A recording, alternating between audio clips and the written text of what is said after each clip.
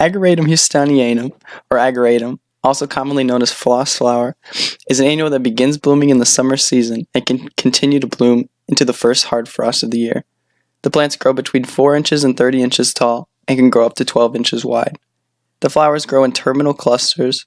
The flowers' heads are a quarter inch in diameter and are comprised of blue, tubular flowers. They come in lavender, pink, or white colors.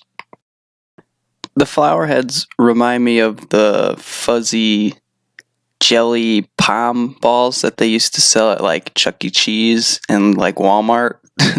So if you just imagine those on top of the plant, it'd be really hard to get them wrong on the test.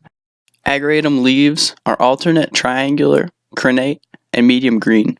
They're 3/4 of an inch long and pubescent. Ageratum is propagated by seed, but since the seeds are very small and relatively hard to deal with, many people opt to just buy them from garden centers and things like that. Old flowers will fall to the ground as they fade on this plant and are always replaced by new blooms, so deadheading isn't really necessary, but it does keep the plant tidy and tends to promote a more uninterrupted blooming session. Ageratum grows well in full sun with well-drained soils. They can be grown in part shade in areas with really hot and dry conditions. They can also be grown in any hardiness zone.